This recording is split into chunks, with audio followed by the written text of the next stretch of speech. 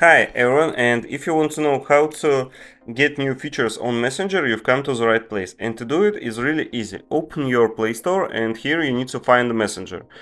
And also you can open your App Store if you're on iPhone. Open Messenger, and here you need to make sure that it says open and not update. If it says update, just simply click on update and your Messenger will be updated. If you still don't have any features, any new features that you want to, try another way to solve it. Open your settings, and here you need to find apps.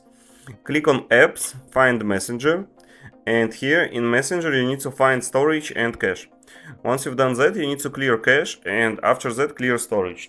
Once you've done that, you need to open your Messenger, enter your login and password, and here you go, you can use your Messenger with all new features, and that's all. But if two these ways don't help you, you just simply can to uninstall and reinstall Messenger, and that will fix your problem. Thank you for watching, leave a like and subscribe.